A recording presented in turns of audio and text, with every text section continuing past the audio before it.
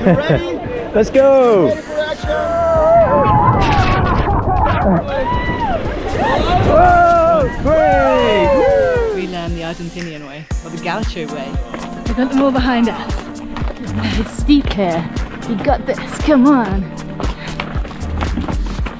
Come on, Sergio. Vamos, vamos, vamos. We can do this. Wow. I had to pinch myself that this is our life right now.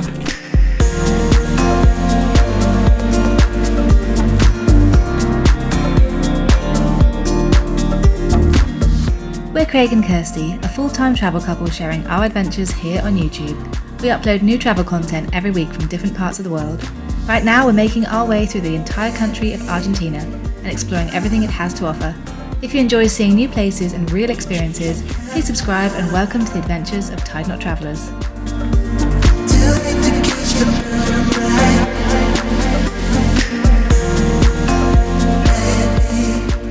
Hola and welcome to sunny Mendoza. In this video we are going to show you there is more to Mendoza than just Malbec and wine in general, which, don't get me wrong, that's awesome too. We've done plenty of drinking Malbec here and we've got a video on that as well, the wine tours here. There are so many to choose from, so many different ways to do it. Awesome. But there are also tons of adventures and beautiful nature to be seen in and around the area of Mendoza. And we booked ourselves a few trips, ended up with a really crazy busy day, which was exhausting and very difficult to film. So we ended up going whitewater rafting along the Mendoza River, which was incredible. I've never done whitewater rafting before. I was kind of scared and apprehensive about it, but yeah, it was a lot of fun. And then afterwards we dropped back to the city of Mendoza, quick switch around, and then went horse riding through the Andes. That's right. At sunset. That's such a cool It was so good. We went into Mendoza to find some excursions to book, and Mendoza, although it's a nice city and there's nice places to hang out, it's quite difficult to find places to book tours, but we did find one place that was within 1 or 2 blocks of Plaza Independencia, and we managed to book these 2 tours and they allowed us to book them both within 1 day as well, which we were quite fortunate. Yeah, apparently. And the timing was pretty tight. I think we literally got dropped back, had 20 minutes to get changed, showered, sorted out from the rafting, and then like off we go again. But yeah. So we got collected very early in the morning. I think it was around 6 AM by the tour company from our Airbnb, which was fantastic. We drove about an hour west from Mendoza into the Andes to this facility that the Mendoza Rafting Company have right on the Mendoza River. There's lots there. They've got a restaurant, and they've got toilets, they've got a bar, and just places for you to relax actually. There were sunbeds lined up. It was a beautiful sunny day. There's also changing rooms and lockers to leave your things there, and you get changed into your rafting gear, which is basically a wetsuit, and then you put a life jacket over the top, and you have a helmet, and you wear either reef shoes or they give you some neoprene booties to wear. And then once everyone's ready, you board this bus, which essentially looks like a public bus that's owned by the company, towing all the rafts behind, and then you drive another 20 minutes upriver to where you start the rafting. And it was a great atmosphere on the bus as well, actually. Yeah, and because there's loads of activities that can be done, you're all going in different directions. You kind of get dropped there and lots of people are going on different buses doing different things. But once we arrived at the start of where we're going to do the rafting, Craig and I got put into a little raft with another couple who are a lovely couple from Arizona. We had a lot of fun, and then our tour guide / instructor Ricky, who was, he had good banter, he was a really fun guy.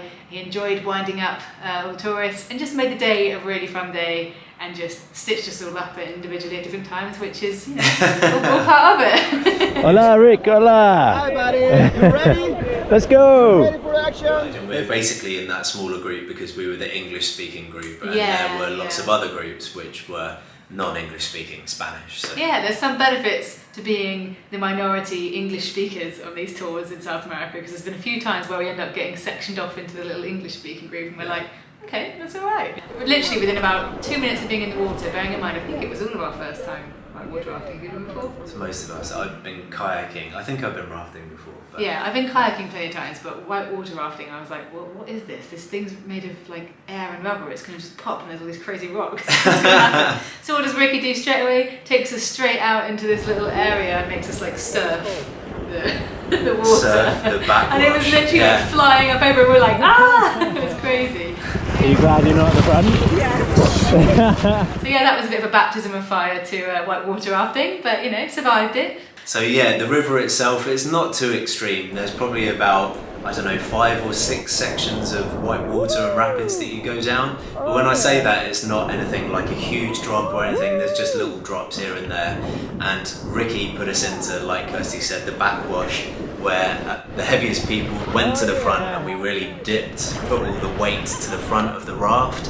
And then we had this backwash and we kind of just got stuck there with the water coming over the top of us. And it was really nice and refreshing, if nothing else, because it was a hot day. Yeah, so. It's like a water treadmill, basically. We just sat there like, but I was thinking, oh yeah, the rafts are going, we're going to get lost. But then that's kind of a good thing. Yeah, there is a huge number of rafts going down the river at the same time. I think maybe 5 to 10 rafts or something like that. I mean, when we went, the water wasn't at its like fullest capacity. It wasn't like high. Yeah. I don't know how you say that. But yeah, there High wasn't. flow is at the end of summer. Yeah, so for us, it's like, I've never done whitewater rafting before. I was expecting it to be a lot scarier than it was. At no point did I feel afraid. I wouldn't say I'm a huge adrenaline junkie, but I'm quite adventurous. I do quite a few things. But yeah, it wasn't that scary. It was just fun. It was just a lovely, fun day out, refreshing from the heat of Mendoza, and made a change from just drinking wine all the time. And if you have got a wine hangover, go do that. It'll fix it. Yeah, definitely that refreshing water. Yeah. On a scale of 1 to 10 of how extreme or scary it is, I'd probably give it maybe a 6 or maybe a 7, maybe a 6.5. Would you say? I suppose if you 10 being the most extreme. I think there was only 2 points where I was a bit like, wait, and that was the first of all at the very start when Ricky put us in there, and then the other time when he went up from the rock near the end.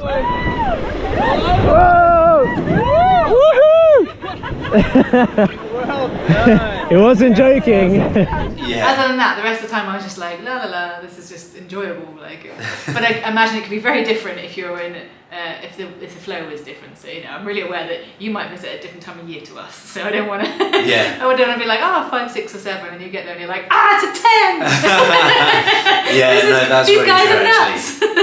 actually. Yeah, the river was at low flow at the time. We had a went, chilled, so maybe. sunny, low flow day. I feel like we got a little bit of a picturesque version of it. Or maybe it's less extreme at high flow. I don't know, but at the time of year we went, we did it in April, and yeah, it was, I'd say probably about a 6 out of 10. But yeah, Ricky will stitch you up. So if you get Ricky, look out for him. He will tell you to paddle and which side, the people on the left or the people on the right to paddle harder, or all of you together. And at the end, like Kirsty said, he made us go up on the side of a rock, and there's a man, part of the company, who stands up on the side of the cliff and takes pictures of you.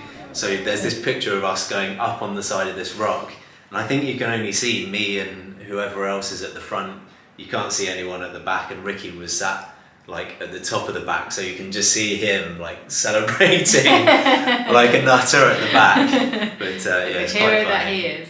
But yeah, so at the end of the river rafting, we did that for how long? Like a couple hours? An hour? Yeah, I would say it was a good length. It was maybe an hour and a half or so. Yeah, Hour to an hour and a half. Yeah, and then you hop back in the bus and they drive you back to the area where you start, and there's a there's a nice restaurant there. You get yourself changed and everything, get yourself sorted out, and then there was plenty of time to actually sit and have a meal, which was really nice. We obviously had a bit of lunch there with the guys from Arizona that were really lovely. Just had a bit of time to kind of chill out, and then you hop back on the bus. They took us back to our apartment in Mendoza, where we had a quick 20-minute turnaround, like wash all the river water out your hair and quick shower, quick change, and then we were back out the door again. Get in some appropriate clothing for riding horses through the Andes, which we've now learned there is no appropriate anything for that because it's nuts. We literally got picked up, driven out into the Andes, into a ranch, and met this guy Eduardo who runs this ranch, and he loves his horses. Like, there's some gorgeous horses that he's got, and they're rescue horses, a lot of them, and he takes really good care of them. He feeds them really well. He's got a couple of dogs there. It was really authentic. Like, wow, what we just stepped into. He is a dominant character type though. He was a character. With some of these tours, when you arrive, they're used to just the masses of people and having to really dictate to people what you have to do. And he softened as the time went on, but when we arrived, it did feel a little bit like, everyone was like, what are we in for here? Yeah, what's but going it felt on? like we had turned up to maybe an army boot camp or something like that. But it's all for good reason, because he loves those horses. and he needs to keep them safe and you safe, so he needs to be the way he is. Yeah, so Eduardo jumped on his horse and gave us all a quick demo of how to ride the horse. It's very different to riding horses in the UK. Mainly that you don't use two hands to hold the reins, which is like completely alien to me. Although this is strange, I have to ride with one hand on the strap. We do that different here. I've never done that before. I have to like relearn stuff. Relearn the Argentinian way, or the gaucho way. And during that time he asked if anyone had ridden a horse before. Craig and I said yes, we've ridden horses before, assuming that others would have ridden a horse before. Kirsty stitched herself up Nobody had first. ridden a horse before. So he just decided there and then, right, you two at the front. It's like, whoa. And then he asked who's got the most experience out of the two of us. And I was like, Kirsty was like, I have. Like, I've been riding horses as a kid. Like, but that doesn't, both of us haven't ridden a horse for a couple of years, so still. And Craig's only ridden a horse once before, so, you know, I obviously had to say I've got more experience. So he's like, right, Christy at the front, because I'm Christy everywhere In the outside Americas, of, yeah. Everywhere outside of England, I'm Christy. Even in Europe, everyone calls me Christy. So, Christy at the front, vamos, vamos. Vamos became the word of the day. Everybody that night, all they could hear was Christy, vamos, vamos, Christy. I literally will never forget. The sun was going down. Yeah. We literally arrived not long before sunset. It was a beautiful golden evening at this ranch, and he introduced us to our horses, made sure they could have a good smell of us and get used to each other. And we were on our horses for a while before, well, Kirsty and I were actually the first two to be put on our horses. Yeah. And there was a group of maybe about 8, 9, 10 of us or so. Yeah. And it was a friendly group, and we met this other couple who were from California as well, who were very friendly. We had a good laugh together, but we didn't quite realise what we'd let ourselves in for in terms of the route and the terrain of the horse riding. I would describe it as the craziest horse riding adventure of our lives. And I grew up in the countryside in Somerset in England, and my sister, or my family and I had a horse, and I went on some crazy adventures with her. I've seen my sister come off of the horse, and I'm absolutely amazed that during this adventure here in the Andes, nothing like that happened, given that there was about 8 people behind us who had 0 experience, and these horses went racing straight up into the Andes Mountains. I loved it. It was really cool. Come on, Sergio. Vamos, vamos, vamos. You can do this. Wow. Good boy. But some of the squeals and screams I was hearing from behind, I'm like, and meanwhile Eduardo's going, vamos Christy, vamos Christy, and I'm thinking, really? Like, there's people like shouting and Christy was at the front. Everyone alright back there? Like, But so, yeah. every so often he would go to the back and make sure everyone at the back was okay, and he would come careering past us, like smack the back of your horse. And your horse and just he'd go jumps. flying. You'd be like, whoa! But the reason I talk about the terrain is because there were big rocks and we were going up quite steep slopes. Yeah. Oh, it's steep here. You got this. Come on. The whole crew's watching.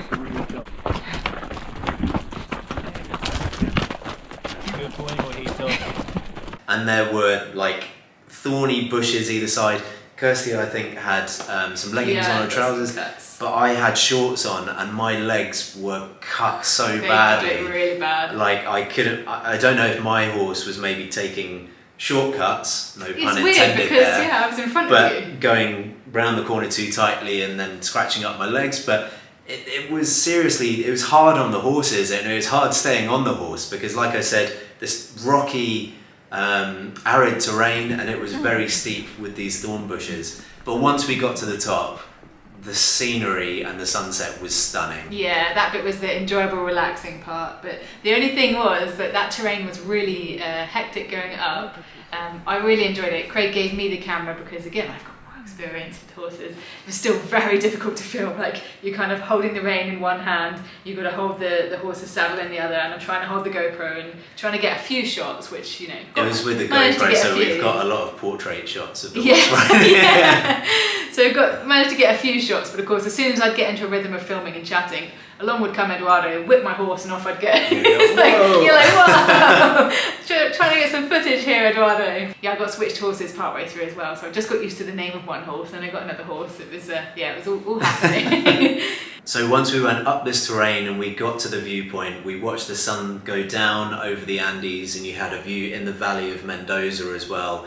It was really stunning, and we got lined up several times to get what we think is probably some marketing shots, but it was nice. We just stayed at the top there watching, like I said, the twinkling lights of Mendoza and the sun going down over the Andes. It's one of those moments I will never forget. Yeah, just sitting there on top of your horse and just chilling out, and your horse looking very happy and pleased with himself that he made it up there, and feeling like, wow, I'm looking around thinking no one's got any broken bones or anything. This is a miracle. And the horse knowing what's still ahead, which we didn't know. Well, I was thinking this to myself. I'm thinking, we've just come up this way. The ranch is all the way down through all this like vegetation and sand and stones and scrubland. And I'm thinking, we've now got to do this in the dark. Again, I'm thinking this because I'm at the front and I'm guiding all these people who don't know how to ride a horse, and they did a very good job. I could say they do know how to ride a horse now. Yeah. And and then this guy running back and forth with his whip, whipping all the horses. The saving grace for me is there was a little dog on the ranch, and he came the whole way up with us and the whole way back down. Ah, the cheeky dogs followed us. Oh, hey boy, you come for the ride. And my horse did seem to follow him, and I was like, well, this is good because I have no clue where we're going. Obviously I have no clue. I can get lost in my own hometown, let alone in the middle of the Andes on horseback with... I was thinking this as well. If coming up here was tough, it's going to be dark in the time that we're up on this hill. We've got to get back down. Surely he's going to have a route that's easier to get back down. He did not. No. It was not easy to get back down. And my horse actually twice went down onto its, well, I don't know if you can call horses front knees, but yeah, he actually slipped and went down twice as we're going down. So I'm trying to lean back and he's like this. The first time was quite unexpected. The second time, I don't know how I stayed on, but you do have to really hold it on. Is why I just felt sorry for my horse, to be honest. Yeah, but this is why in South America you hold the reins like that in the one hand and you hold on to like either the saddle or there's like a little notch in the front of the saddle. And basically when you're going almost vertically down, you just lie completely back on the horse like that, because otherwise you ain't staying on. It's just, there's no way. So at first I was like, oh, this is going to be really hard, but actually I was like, the kind of horse riding you do out here, I can see why the technique is different, because otherwise you'd just be holding the reins and having to grip like this with two hands. Of course I had a camera in my hand as well, so there was a lot to do. But on the way back down, we were going through all this vegetation, and I had shorts on, and I did end up with a huge spider on my leg, which I am ridiculously scared of spiders, and I'm kind of thankful that it was dark. I just felt something on my leg, and I was like, but I'm not in any vegetation now, what's happened? I looked down at my leg, and I could see something dark moving, and I could feel it. I just whacked it with my whip. It's like, get it off me, and yeah. But yeah, I was lucky not to get cut. I don't understand how Craig got his legs so much more cut up than mine, because I was obviously going first and going through the exact same shrubbery that he was. My horse was just as wide as Craig's was, so my legs would have been, well, they were getting hit by everything. I expected to be cut to shreds when I got back, but... You cleared all the spiders' webs. Yeah, my that's nice horse of was me. just trying to cut the corners. Mm-hmm. I was trying to direct him, so wider around the corners, say, rather than going like that around the bushes, going like that, like your horse was. I was just going the comfortable route. My horse was incredible. Well, both of them were. They did what they said. Each time he shouted "Vamos Christi," I vamoosed. And what was funny actually was this. There was this Brazilian couple and this girl, a couple of people back behind us. And just every so often, I think they turned up thinking it was going to be a beautiful, Instagrammable, calm horse riding evening. It was not. It was full-blown adventure. And she turned up looking very, very glamorous. And you just heard her She had a for a really shock. high pitch sound and sort of screech behind us. Bless her. I hope she had a good time. Basically, it was the perfect Instagram versus reality moment for her. What she thought she was going to do, and then what she actually did was like, wah! Like, I was really worried that she was going to get hurt, but amazingly she didn't get hurt, so you know, all's well that ends well. Absolutely. Then we made our way back down and we got back to the ranch, and they had actually put on this beautiful meal for us. There was this huge barbecue outside. They made like different meats and empanadas and things, and we all sat around this long table and all had a chat together, and it's so nice, people really from different parts of the world around the table talking to each other and having food. And there were all his dogs there as well. He had like 2 or 3 dogs, which were really friendly. Obviously, when you've got food, a dog is, you know, wants to be your friend. Guess who fed him? Especially when there's a parrilla filled with loads of meat. It was the most authentic asado parrilla experience we've had in Argentina so far. But complete with Malbec as well. Of course, always. It was one of those moments where it's just like, what a day, look how much we've done today. And you know when your cheeks are flushed, and you, of course from rafting and flying around in the Andes on a horse, they're going to be, and then drink some Malbec to top off, just like, wow, what is this day? Absolutely incredible. They even did an incredible veggie version of everything for me, I was so impressed. And when they brought the food out and it was my veggie version, I ate it and thought that was everything, and that was just the starter, and I was like, wow, this is amazing. And then they came out with the second course. There was so much food for everybody. Everyone was getting stuck in, obviously, with the meat, but yeah, I was the only veggie there, but they'd done everything really tasty. But yeah, either way, it was just really cool, really authentic experience to be there in the ranch, set up on this nice big table, drinking Malbec with people from all around the world. We took a big group photo and everyone shouted, "Vamos, Christy!" Yeah, at the end it became like an ongoing joke.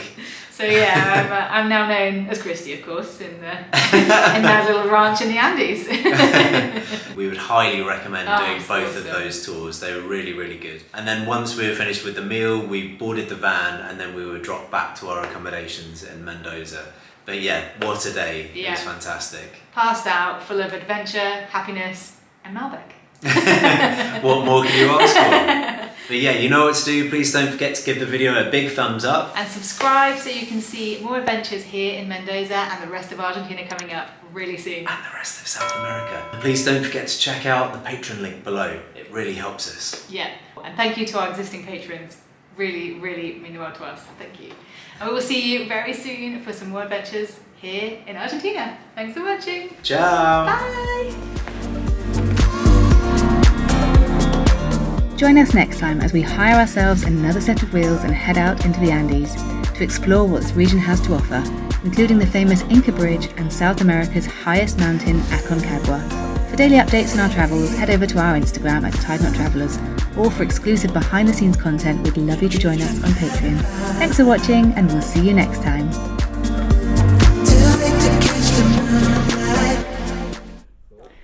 Craig's horse is emptying himself out before the trek. There you go. At least I was, considerate to Mojito. I went before we came here. It's good, yeah. It's good that Mojito feels comfortable enough around you to do this. Good boy, Mojito. Yeah, good boy. I love this little chilled doggo. Craig's having all the luck. Kirsty's horse is leaking. Mojito started stepping to the one side, and I was like, Mojito started stepping to one side, and I was like, what are you doing, cheeky Mojito? He knew what was coming. Yeah, that's because Mojito came too close. So Rosario's like, I pee on you. I pee on you.